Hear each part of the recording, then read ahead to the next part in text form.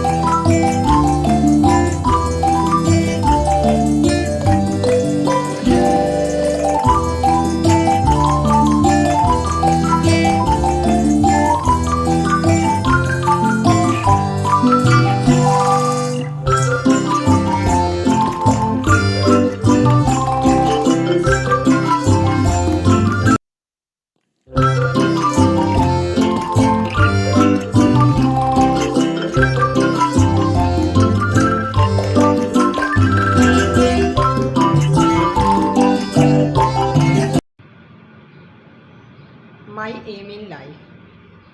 Everyone in life has a dream or goal. My aim in life is to become a teacher. I want to be a teacher because I love learning and teaching. A teacher is a guide who helps students to become good human beings.